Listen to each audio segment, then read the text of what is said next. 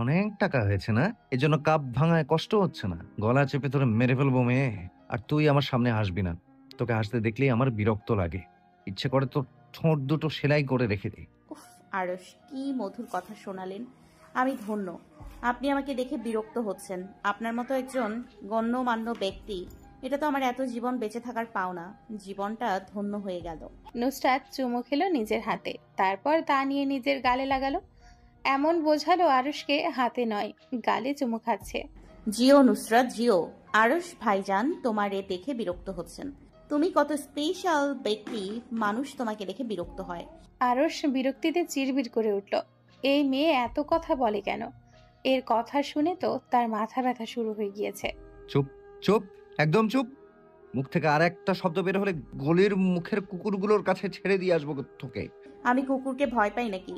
মনে হচ্ছে কুকুরের কাছে রেখে আসলে আমি ভ্যা ভ্যা করে কান্না করব। একসময় কত কুকুর মেরে তাড়িয়েছি, তার কোনো হিসাব নেই। এত কথা বলিস কিভাবে? মুখ ব্যথা হয় না? নুসরাত মাথা দিয়ে দুপাশে নাড়ল। তার মুখে ব্যথা হয় না। তুই কি ভয় পাস? নুসরাত চুপ করে বসে রইল, মুখে আঙ্গুল দিয়ে। আরুষ চোখ দিয়ে বলল কথা বলার জন্য। নুসরাত তবুও চুপ। কি? কথা নেই কেন? আপনি না করেছেন কথা বলতে। ও এম জি, আপনি আমার কথা শুনছেন? এই আরস ধন্য হয়ে গেল আপনার মতো বেয়াদবকে নিজের কথা মানাতে পেরে। কি ভয় পাস তুই? তেলাপোকা, ইঁদুর, বিড়াল, টিকটিকি, মাকড়সা কোনটা? কোনোটা না। আমি শুনেছি মেয়ে মানুষ এসব ভয় পায়। তুই কি মেয়ে? আবার সন্দেহ হয়। তুই পোশাক আশাক পরিস ছেলেদের মতো, হাঁটিস ছেলেদের মতো। আমি চিন্তিত তোকে নিয়ে নুসরাত। তুই কি সত্যি মেয়ে?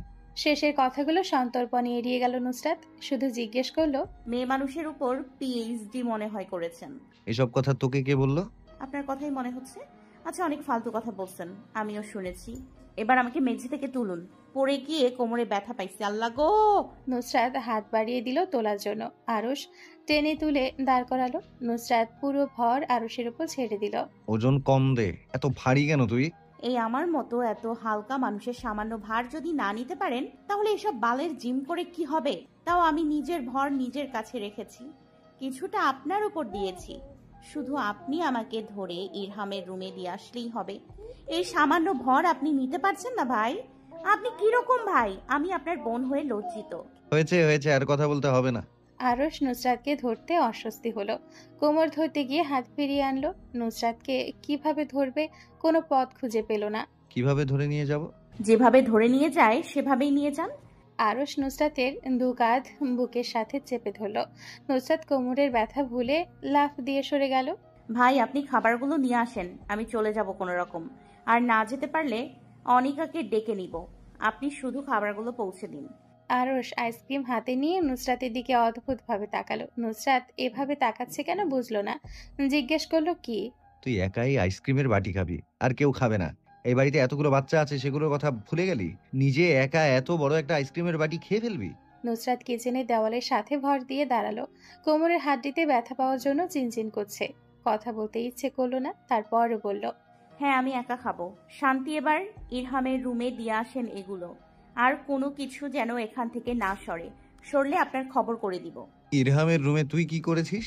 কিছু একটা করছি। এত জেনে কি করবেন ভাই? যান গিয়ে খাবারগুলো রাইখা বিদায় হন। আজ এরা কথা শুনতে বা বলতে কোনোটাই করতে ভালো লাগছে না। আরশ খাবারগুলো নিয়ে চলে গেল ইরহামের রুমের দিকে। নুসরাত দেওয়ালে হাত দিয়ে ধরে ধরে সিঁড়ির কাছে গেল। তারপর দাঁতে দাঁত চেপে সিঁড়ি বেয়ে উঠল। সিঁড়ির কাছ থেকে দাঁড়িয়ে নুসরাত দেখল আরশ 3টা লেসের প্যাকেট নিয়ে ইরহামের রুম থেকে বের হচ্ছে। নুসরাত চিৎকার করলো সিঁড়ি থেকে, এই আপনাকে না করলাম না আমাদের বাচ্চাদের খাবার থেকে খাবার না সরানোর জন্য? তারপরেও নিয়ে যাচ্ছেন। এই দিয়ে যান আমার খাবারগুলো। আপনি বাচ্চা হচ্ছেন দিন দিন। এসব আমাদের খাবার, আপনি কেন খাবেন? বুড়ো বয়সে এসব খাচ্ছেন। চে চে চে চে চে। নুসরাতের চিৎকার শুনে হেলাল সাহেব নিজের রুম থেকে বের হলেন। সিঁড়ির কাছে দাঁড়িয়ে নুসরাত চিৎকার করছে আর আরশ ইরহামের রুমের সামনে দাঁড়িয়ে লেসের প্যাকেট খুলে টপাটপ লেস মুখে ঢোকাচ্ছে। এই খাবেন না, এগুলো আমার, আমি খাবো। আপনি আমাদের খাবারে ভাগ বসাচ্ছেন কেন? কিচেন থেকে নিয়ে খান। ওইগুলোতে এই স্বাদ পাওয়া যায় না রে পাগলি, যা তোর দিল জ্বালিয়ে খেলে পাওয়া যায়। নুসরাত চিৎকার দিল রাগে। কোমরের ব্যথায় আস্তে ধীরে উঠতে হচ্ছে আর আরশ দাঁত কেলিয়ে তার চিপস গুলো খেয়ে নিচ্ছে। হেলাল সাহেব ধমক দিলেন আরশকে। আরশ হেলাল সাহেবের বাধ্য হওয়ায় বাকি 2 প্যাকেট নুসরাতের দিকে বাড়িয়ে দিল। নুসরাত কোমরে ধরে আস্তে আস্তে উপরে উঠল। হেলাল সাহেব এসে নুসরাতকে জিজ্ঞেস করলেন কি হয়েছে। নুসরাত বলল পড়ে গিয়ে ব্যথা পেয়েছে। হেলাল সাহেব দু বাহু চেপে সিঁড়ি দিয়ে ওঠালেন নুসরাতকে। সিঁড়ি বেয়ে দোতলায় উঠতে আরশের কাছ থেকে টান মেরে চিপসের প্যাকেট নিয়ে আসলো। হেলাল সাহেবের কাঁধে ভর দিয়ে ইরহামের রুমে গেল। সেখানে নুসরাতের গ্যাং বসেছিল। সাদিয়া সৌরভী সালাম দিল হেলাল সাহেবকে। হেলাল সাহেব সালামের উত্তর দিয়ে কিছুক্ষণ কথা বলে চলে গেলেন। এতক্ষণ লাগলো এসব আনতে গিয়ে? আরে না, আরশের সাথে ঝগড়া লেগে গিয়েছিল। ও, তুই এত ঝগড়া করিস আরশের সাথে, তারপর ওকে বিয়ে করতে চাস কেন? কারণ আমার ড্রিম কাজিন বিয়ে করা, কিন্তু এখন মনে হচ্ছে এই স্বপ্ন স্বপ্নই রয়ে যাবে। বোন, আস্তে কথা বল। ছোট ভাইয়া শুনলে তোর গাল আর গালের জায়গা থাকবে না, থাপড়ে নকশা বদলে দিবে। আমি ভয় পাই নাকি? এটা আমার স্বপ্ন কাজিন বিয়ে করা, খারাপ কি? কিন্তু কাজিন বিয়ে করতে চাস কেন? এটা রিজন কি? বুঝলি না, কাজিন বিয়েতে লাভ আর লাভ। যেমন ধর নিজের বাড়িতে থাকলাম, নিজের চাচি শাশুড়ি হলো, আবার নিজের মা চাচি শাশুড়ি হলো, আবার চাচাদের ক্ষেত্রেও সেম, কোনো কাজ করতে হবে না। বাড়ির মেয়ে বাড়িতে থাকবে, রান্না করলে যা, না করলে তা। নিজের রুমে পড়ে থাকবো পুরো দিন। আর সবচেয়ে বড় লাভ, আমার নাম্বার 1 শত্রু আরশের বাচ্চার ঘুম হারাম করে দিব, জীবন জ্বালিয়ে পুড়িয়ে ছাড়খাড় করে দিব। তারা যখন কথা বলায় ব্যস্ত, খেয়াল করলো না দরজার সামনে দাঁড়িয়ে তাদের কথা মনোযোগ সহকারে কেউ শুনছে। তারপর সেখান থেকে অবয়বটা আলগোছে চলে গেল। নিজ মনে কিছু ভাবলো এবং কিছু একটা সিদ্ধান্ত নিল। মাগরিবের আজান দিয়েছে, কিছু সময় হলো। সূর্য পশ্চিম আকাশে ঢুলেছে। মেহরুন্নিসার রুম থেকে কোরআন তিলাওয়াতের সুর ভেসে আসছে। হেলাল সাহেব নামাজ পড়ে আহান আর আরিশাকে জিজ্ঞেস করলে নামাজ পড়েছে কিনা। একসাথে দুজন বলল তারা নামাজ পড়েছে। হেলাল সাহেব আজ ড্রয়িং রুমে বসেছেন। একে একে সবাইকে নিজে ডেকে নিয়ে আসলেন। আস্তে ধীরে সবাই ড্রয়িং রুমে আসলো। হেলাল সাহেব মাঝ সোফায় বসে ইসরাতকে তার পাশে বসার জন্য ডাকলেন। ইসরাত ওনার পাশে গিয়ে বসলো। এক পাশে ইসরাত আর অন্য পাশে অনিকা বসলো। দুহাত প্রসারিত করে হেলাল সাহেব জড়িয়ে ধরলেন নিজের বাহুতে দুজনকে। নুসরাত এসে হেলাল সাহেবের সামনে সোফায় বসলো। তার এক পাশে এসে আহান বসলো, অন্য পাশে আরশ বসলো। আরিশা এসে আরশের গা ঘেঁষে বসলো। আরশ এক হাত দিয়ে ছোট বোনকে বাহুডোরে বন্দি করলো। নুসরাত চুপ করে বসে রইল। আহানের পাশে সাদিয়া বসলো। আনিকার পাশে সৌরভী ও ইরহাম বসলো। হেলাল সাহেব সচরাচর সন্ধেবেলা বই পড়েন। আজ ড্রয়িং রুমে সবাইকে নিয়ে গল্পের আসর বসাবেন, এজন্য রুম থেকে বের হয়ে আসলেন। নুসরাতকে তার পাশে এসে বসার জন্য বললে সে বলল সে ঠিক আছে এখানে। আজ এখানে বসলাম নতুন বউকে কিছু উপহার দেওয়ার জন্য, আর তোমাদের সাথে কিছু গল্প করার জন্য।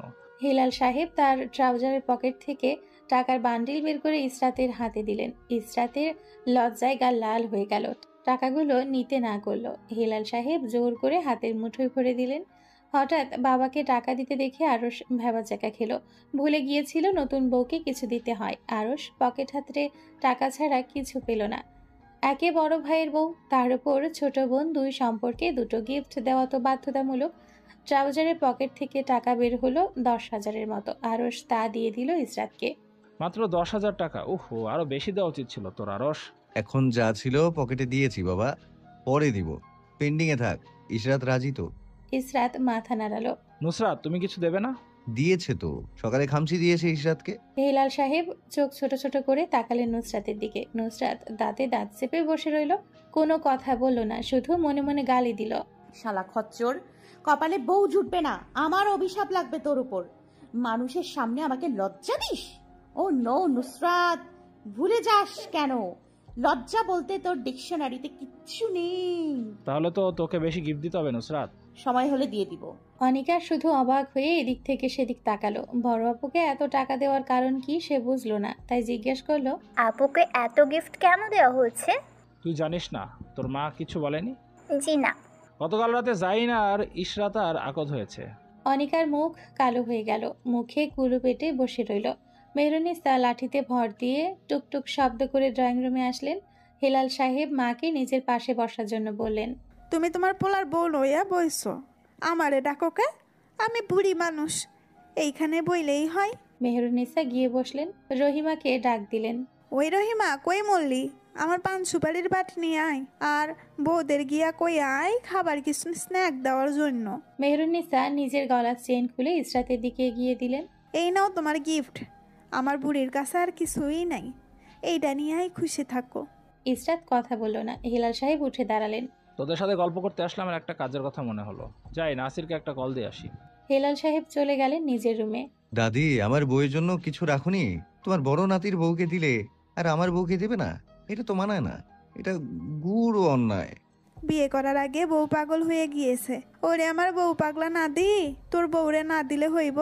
তুই কিনা দিবি তোর বউরে? তোর টাকা পয়সার অভাব আছে নাকি? সেটা না, তুমি বড় ভাইয়ার বউকে দিবা, ছোট ভাইয়ার বউ আমার বউকে কেন দিবে না? আমি না দিলে তোর মা দিবে, চাষি দিব, তুই দিবি, জাইন দিব, জায়ান দিব, সকলে দিব। আমি একজন না দিলে কি হইব? ঝর্ণা বেগম এনে এর মধ্যে ডালের ভরা আর কাবাব দিয়ে গেলেন। এখনো রাতের খাবার রান্না করা বাকি, তাই তাড়াহুড়ো করে চলে গেলেন, না হলে তিনিও এখানে যোগ দিতেন। দুটো কাবাব আর ডালের ভরা হাতে নিয়ে নুসরাত আর আহান উঠে দাঁড়ালো। নুসরাত আহানের হাত ধরে ইরহামের রুমের দিকে চলে গেল। সাদিয়া, সৌরভী আর ইরহাম গেল নুসরাতের পিছে পিছে। নিজে গেল, সাথে নিজের গ্যাং নিয়ে চলে গেল। এর কি হবে এক আল্লাহ ভালো জানে। ইরহাম নুসরাতকে কখন থেকে খোঁচাচ্ছে সৌরভীকে কি যেন বলার জন্য। নুসরাত ইরহামের কানের গোড়ায় থাপ্পড় লাগালো।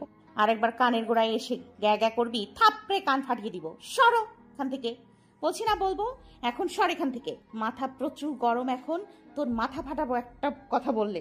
ইরহাম মুখ কালো করে চেয়ারে বসলো। নুসরাতের দিকে তাকালো করুণ চোখে। এই তোর আশিক রে নিয়া সর এখান থেকে, নইলে আমি দুইটার মাথা ফাটামু। ঢং দেখে বাঁচি না। এই কুত্তা, সৌভিককে তুই পছন্দ করিস এটাও জানে? এত ঢং করছিল তোর সাথে? তুই ভালোরে পছন্দ করিস, শালি জানতো? ইরহাম অবাক হয়ে তাকালো সৌরভীর দিকে। সৌরভী অন্যদিকে মুখ ফিরিয়ে নিল, এদিক ওদিক তাকাতে লাগলো। এমন করলো যেন ও কিছু জানেই না। ইরহাম মাথা নিচু করে মুচকি হাসলো। নুসরাত এদের কাহিনী দেখে হা হা করে তাকিয়ে রইল। এই সময়ের মধ্যে এদের ভালোবাসাবাসি শুরু? ও নো, এটা কি হলো? তার তো এসব রোমান্টিকজম দেখে রাগ লাগছে।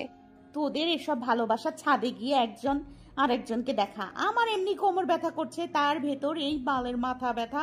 আর তোদের এসব ভালোবাসা দেখে আমার ইচ্ছা করছে তোদের দুইটারে ধরিয়া কুচি কুচি করে কয়েকটার জন্য। রাত 10টার দিকে বিধ্বস্ত অবস্থায় জায়ান বাড়ি ফিরল। চোখ মুখ লাল, নাকের ডগা লাল হয়ে লাল লাল র্যাশ পড়ে গিয়েছে। ঘাড় সমান চুলগুলো অগোছালো হয়ে আছে। পরনের শার্ট উপরে দুটো বোতাম খোলা আর জায়গায় জায়গায় ভাঁজ হয়ে আছে। টাই লুজ হয়ে ঝুলে পড়েছে কোনো রকম গলার মাঝে। জায়ান যেখানে বাড়িতে ঢুকলে মা মা বলে বাড়ি গরম করে ফেলে, সেখানে আজ চুপ করে নিজের রুমে চলে গেল। রুমে ঢুকতেই কল আসলো। ওয়ালপেপারে ভেসে উঠল ইনায়া।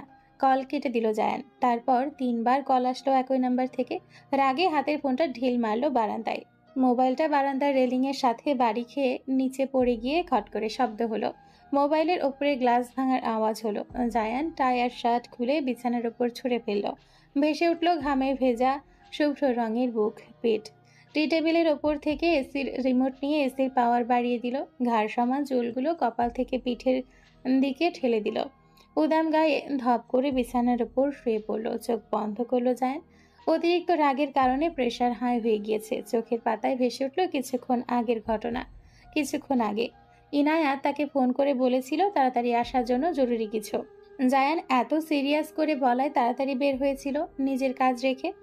ইনায়ার পাঠানো লোকেশনে পৌঁছানোর পর জায়ান দেখলো ইনায়াকে একটা ছেলের সাথে হাস্যোজ্জ্বল মুখ নিয়ে ঘনিষ্ঠ হয়ে দাঁড়িয়েছিল।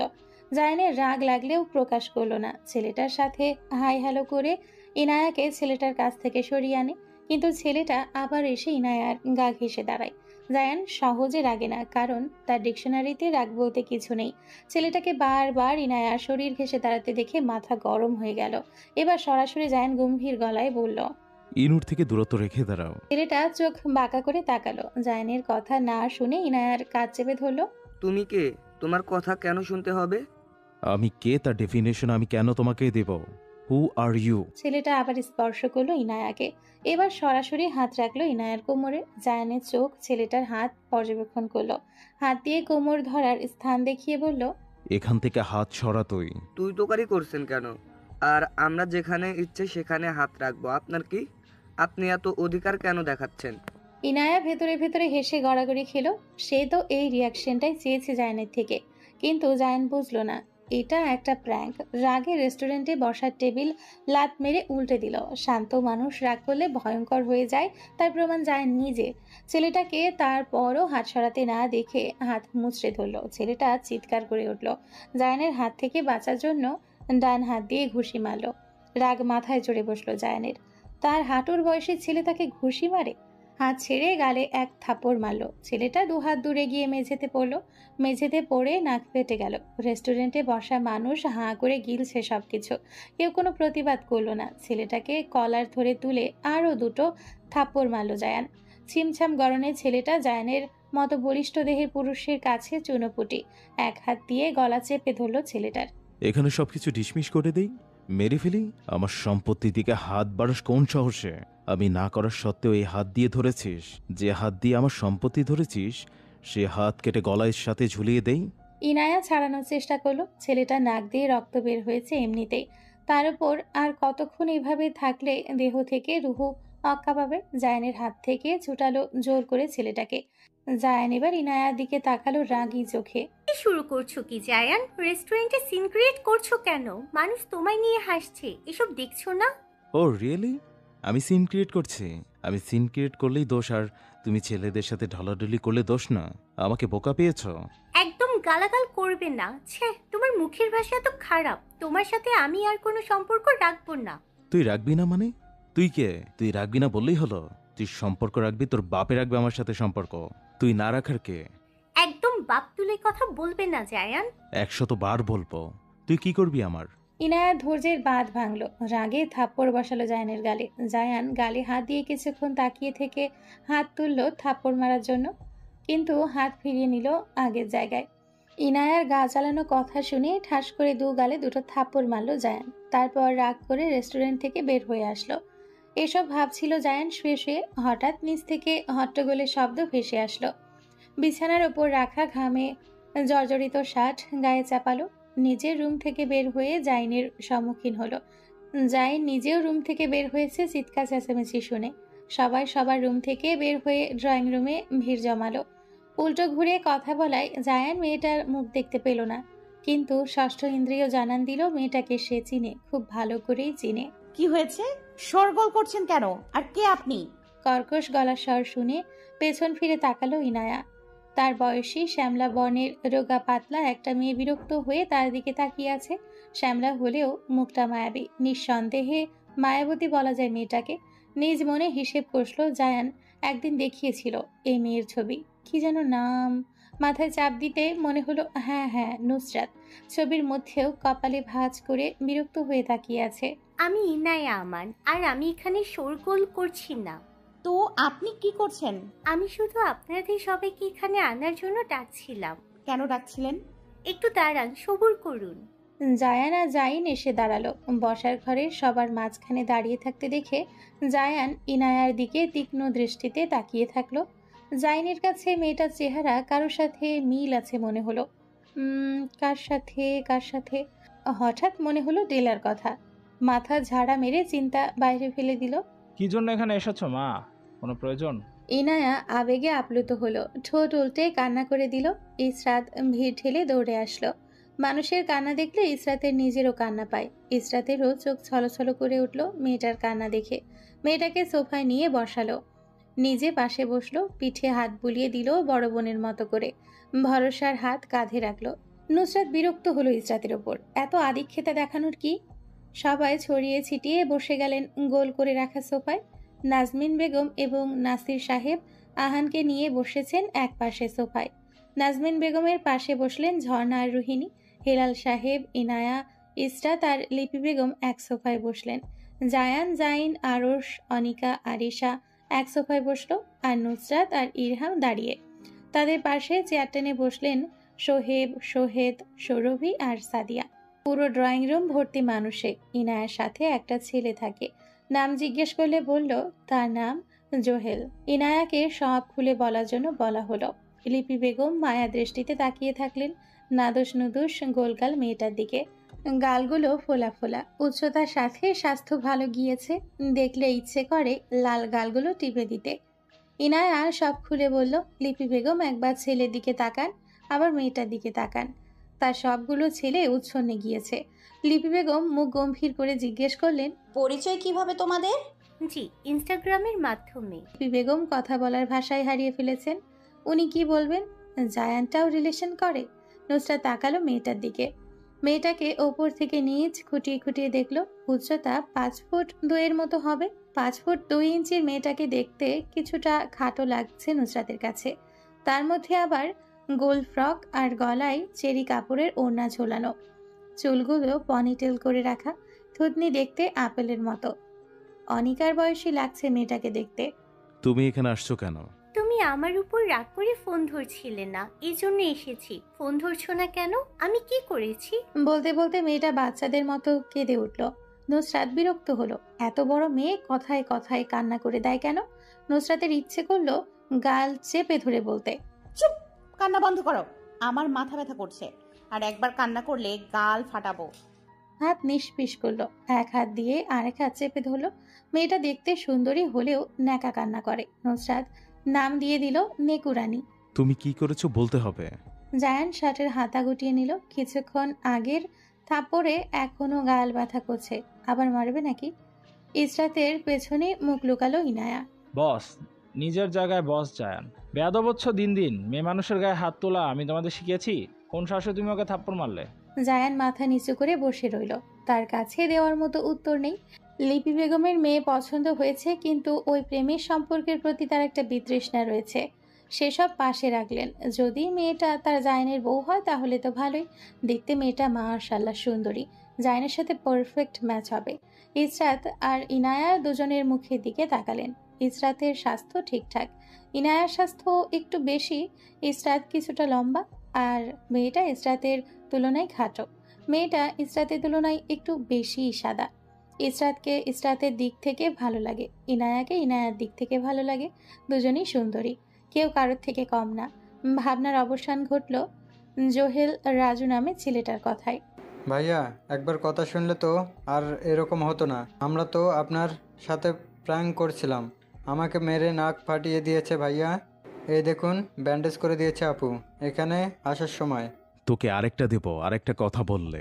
যার যা ইচ্ছা হচ্ছে করছো, আমাকে কারোর চোখে লাগছে না। আমি যে বড় তা তোমাদের চোখে লাগছে না? ভালো, যা করার করো, আমি কে? আব্বু, রাগ করছো কেন? আমি তো তোমার কথা শুনি, আর ভাইয়ারাও শোনে। রাগ করবেন না। আঙ্কেল, রাগ করবেন না। আমি শুধু জায়ানের চিন্তায় আপনাদের বাসায় এসেছি। ও আমার কল পিক করলে আমি আসতাম না, এক্ষুনি চলে যাব। আমি আপনাদের ডিস্টার্ব করতে চাইনি। মেহরুন্নিসা লাঠি ভর দিয়ে আসলেন ড্রয়িং রুমে। এতক্ষণ নিজের রুমে বসে সব শুনছিলেন তিনি। ড্রয়িং রুমের উল্টো দিকে তার রুম হওয়ায় মেহরুন্নিসার রুমে বসে সব শোনা যায়। মেহরুন্নিসা নিজের লাঠি দিয়ে ইনায়ার পিঠে খোঁচা দিলেন। ইনায়া ধরফর করে পেছনে ঘুরল। মেহরুন্নিসা কপালে ভাঁজ ফেলে তাকিয়ে রইলেন। এই সেমরি, তুই জায়ানের প্রেমিকা? আমি হাসা কইছি না? জি দাদি। আরশ উঠে গিয়ে মেহরুন্নিসাকে বসার জায়গা করে দিল। মেহরুন্নিসা সোফায় বসে লাঠি নাড়াচাড়া করলেন। সব শুনলাম। এখন আমি এই সিদ্ধান্তে পৌঁছেছি যে তোমার বিয়া দেওয়া অত্যন্তই জরুরি। দাদি, এসব কি বলছো? যা শুনতে পাইছো তা কইছি। আর এটা কিভাবে সম্ভব? আমি এখনো রেডি নই বিয়ের জন্য। কেউই রেডি থাকে না বিয়ের জন্য। এই ফোনটা কেউ নিয়ে আসো, আইসি ওকে বিয়া দিমো আমি। হারাম সম্পর্ক কারো আবার বিয়া দিবার চাইলে রেডি থাকো না। নুসরাত মেহরুন্নিসার ফোন এনে দিল। মেহরুন্নিসা কল দিলেন ইমাম সাহেবকে। হ্যালো, আসসালামু আলাইকুম চাচি। ওয়ালাইকুম আসসালাম। আসল কথাই আসি, একটা বিয়া পড়াইবার লাগবো, তাড়াতাড়ি আহেন আমাগো বাড়ি। আপনাদের বাড়িতে শুধু মাঝে মধ্যেই বিয়ে হয়? মানে আমি বলতে চাইছি। আমাগো বাড়িতে মাঝরাইতেই বিয়া হয়। তোমার কোনো সমস্যা? তুমি মিয়া বিয়া পড়াইবা, পড়াইয়া আলগোসে বিদায় হইবা। এত কথা কইবার কইছি না তোমারে? এখন ফোন রাখো, রাহিয়া তাড়াতাড়ি আও। 1 মিনিট দেরি হইব, টাকা কম দিমু। আমি মেহরুন্নেসা, এক কথার মানুষ। ইনায়া গাইগুই করলো। তার কিছু বলতেই ভয় করছে। দাদি, এত রাতে বিয়ে করব? আগামীকাল ফ্যামিলির সাথে বসে আলাপ করে বিয়ে করলে হয় না? না, হয় না। আইজ আইসো, সিনেট ক্রিয়েট করছো, আইজে বিয়া হইব। হৌর বাড়ি সিঙ্গেল আইসো, মিঙ্গেল হইব। তাও এই বাড়ির বাহিরে পা রাখবা তার আগে না। আগে বুঝবা আইলা না কে? মেহরুন্নিসা লাঠি দিয়ে মেঝেতে বাড়ি দিলেন। ও বড় বউ, তোমার বিয়ার শাড়ি লও। কি জানো মাথায় দেয় ঘোমটা, ওইটা নিয়ে আও। রোহিণী, সোহেদ, জাইন, ইসরাত আর জোহেলকে পাত্রীপক্ষের সাক্ষী রাখা হলো। নুসরাত আর ইরহাম নিরপেক্ষ দাঁড়িয়ে রইল। তারা দুজন শুধু দাঁড়িয়ে নাটক দেখল। সাদিয়া আর সৌরভী নুসরাতের পাশে মুখ চোখ উল্টে দাঁড়িয়ে রইল। শুধু সৌরভী বলল, তোদের বাড়িতে শুধু ধরে ধরে বিয়ে দেওয়া হয় নাকি? ভাই, আমার ভয় লাগতেছে কোন দিন না জানি আমারে আর সাদিয়ারে ধরে তোর দাদি বিয়ে দিয়ে দেয়। কোন দিন দেখবি আমাকে বুড়িটা ধরে কোন হালার পুতের সাথে বিয়া দিয়ে দেয়। নুসরাত জোরে নিঃশ্বাস ছাড়ল। সে প্রচুর ব্যথিত। ইমাম সাহেব বিয়ে পড়ানোর পর কবুল বলার জন্য বললেন জায়ানকে। সময় ওয়েস্ট না করে আলহামদুলিল্লাহ কবুল বলল জায়ান। সবাই আলহামদুলিল্লাহ বলল। এবার মেয়েকে ইমাম বললেন কবুল বলার জন্য। মেয়ে করুণ সুরে কান্না করে দিল কবুল বলতে গিয়ে। মহিলাদের চোখ পানিতে ছলছল করে উঠল। ধীরে ধীরে ইনায়া হাউ মাউ করে কান্না করে উঠল। সবার চোখ পানিতে ভেসে গেল। ইসরাতের চোখের কোণে পানি জমা হলো। তাড়াতাড়ি কবুল কও, যত তাড়াতাড়ি কইবা অত তাড়াতাড়ি নিজের বাড়ি যাইবা। ইনায়া নাক টেনে কবুল বলল। তারপর কান্নার ধুম পড়ল সৈয়দ বাড়িতে। নুসরাত শুধু তাকিয়ে দেখলো কান্নাকাটি। তার মোটেও কান্না আসছে না। তার এসব দেখে হাসি আসছে, সাথে আবার মাথা ব্যথা লাগছে। নুসরাত চোখ ঘুরিয়ে ঘুরিয়ে দেখলো সবার কান্না। নুসরাতের হাসি পেরো কি যেন দেখে মুখ টিপে হাসলো। আরশের চোখ নুসরাতের দিকে ওই সময় গেল। নুসরাতকে হাসতে দেখে বিড়বিড় করে বলল, সবাই কান্না করছে আর একে দেখো, এতক্ষণ রোবটের মতো তাকিয়েছিল আর এখন হা হা হি হি করে হাসছে। নুসরাত হাসতে হাসতে মরেই যাবে মনে হচ্ছে। আহান চাচিদের সাথে যোগ দিয়ে নিজে হাউমাউ করে কান্না করছে। কান্নার ধরন দেখে নুসরাতের পেট ফেটে হাসি বের হলো। এটা এভাবে কান্না করে কেন? একে তো ভ্রু নেই, তার উপর রোহিণী কাল টাকলা করে দিয়েছেন। সামনের দুটো দাঁত পড়ে যাওয়ায় আহানকে দেখতে বুড়োদের মতো লাগছে। নুসরাত পেট চেপে হাসতে হাসতে লুটোপুটি খেলো। ইরহাম গাঁটটা মেরে বলল, মেজো বাবা দেখেছে। নুসরাতের হাসি ফুঁস হয়ে গেল। নিজের বাবার দিকে তাকাতেই দেখলো মুখ শক্ত করে তার দিকে তাকিয়ে আছেন। ইনায়া আর জায়ানের বিয়ে সম্পূর্ণ হওয়ার পর মেহরুন্নিসার আদেশে রাতের খাবার খাইয়ে ছাড়া হলো ইনায়াকে। গাড়িতে করে যাওয়ার সময় জায়ান আর ইনায়া এক আরেকজনের সাথে একটা কথাও বলল না। নীরবে মান অভিমান চলল। শুধু পেছনের সিটে বসে জহিল কথা বলে গেল। পুরো রাস্তা জহিলের বকবকে কান লেগে গেল। জাইন কাঁচা ঘুমেছিল। মাঝরাতে ফোনের শব্দে ঘুম ভাঙল জাইনের। আননোন নাম্বার থেকে ফোন আসতে দেখে বিরক্ত হলো। হাত দিয়ে চোখ চেপে ধরে জাইন মোবাইল ভাইব্রেট সেট করলো। মোবাইল ঢিল মেরে বিছানার এক পাশে রেখে আবারও শুয়ে পড়ল। কিছুক্ষণ পর পর কল আসে আর ভাইব্রেশনের শব্দে মোবাইল কেঁপে ওঠে। জাইন বিরক্ত হয়ে উঠে বসলো। চোখ মুছে মোবাইলের দিকে তাকালো। মুখ দিয়ে উচ্চারণ করলো কুকুরের বাচ্চা। ফোন ধরে জাইন অপর পাশের মানুষকে বলল, হ্যালো, কে? এই মাঝরাতে ফোন দিয়ে ডিস্টার্ব করছেন কেন? Hello, what are you sing? I can't understand, Mr. Jain. Oh, sorry. How can I help you? And who are you? I am Jack, manager of Apple Software Developer Company. I'm sorry for not being able to recognize you. How can I help you? Now, let's go to the point. The position at our company is still vacant. You can rejoin if you wish. I'll let you know within a day or two. Okay, Mr. Jain. Then you will let us know after 2 days. We will wait for your response. Take care. Take care. Zain আবার শুয়ে পড়ল। চোখ বন্ধ করতেই চোখে ভেসে উঠল এক শুভ্র রমণীর মুখ। চোখকে বিশ্বাসঘাতক বলে গালি দিল জাইন। 2 দিন পর ডেলার সাথে একটা রেস্টুরেন্টে বেড়াতে আসলো আশিক। আশিক চুপচাপ বসে ডেলার দিকে তাকিয়ে থাকলো। মেয়েটাকে সে যত দেখে তত মুগ্ধ হয়। ডেলা 2 কাপ কফি অর্ডার দিয়ে আশিকের দিকে তাকালো। আশিককে তার দিকে এক দৃষ্টিতে তাকিয়ে থাকতে দেখে জিজ্ঞেস করলো, কি আমার দিকে এইভাবে তাকিয়ে আছো কেন? আমার ইচ্ছে হয়েছে তাই। চোখ সরাও আশিক, আমার কিরকম লাগছে? কিরকম লাগছে তোমার? এটাও বলতে হবে? হ্যাঁ, বলতে হবে। সব জানতে চাই আমি তোমার বিষয়ে। ডাবল মিনিং কথা বলবে না আশিক? আশিক নিচের দিকে তাকিয়ে হালকা হাসলো। চোখ তুলে ডেলার দিকে তাকালো। ডেলার সামনে চেয়ার থেকে আশিকের চোখ চেপে ধরলো। আশিক হু হা করে হেসে দিল। ডেলাও হালকা হাসলো। আমাদের বাসায় আসবে কবে? তোমার মা আন্টি কবে আসবে? 2-1 দিনের ভিতর। I am so excited. আমি অনেক শপিং করব, ফটো সেশন করাবো, কাপল পিক তুলবো, ডান্স করব, আরো কত কি। আমাদের বিয়ের অনুষ্ঠান কবে হবে? আমিও। ডেলা কথা বলে গেল আর আশিক হা করে তাকিয়ে থেকে গিলল ডেলার কথা। চোখের পলক ফেললো না। ডেলা খিলখিল করে হাসছে। আশিক হালকা হাসে। কিরকম মাতালের মতো তাকিয়ে রইল আশিক নিজের বিবাহিত একান্ত ব্যক্তিগত সম্পত্তির দিকে। বিড়বিড় করলো, তুমি শুধু আমার ডেলা, শুধুমাত্র আমার, আর কেউ না। আমার ডেলা আমার। জাহিন আজ বাসায় কাজে যায়নি। সকাল থেকে বাসায় বসে গতকাল রাতের কথা চিন্তা করছিল। সে একটা সিদ্ধান্ত গ্রহণ করেছে। এখন কে কি রকম রিয়াক্ট করবে তা নিজস্ব ব্যাপার। জাহিনের কিছু করার নেই।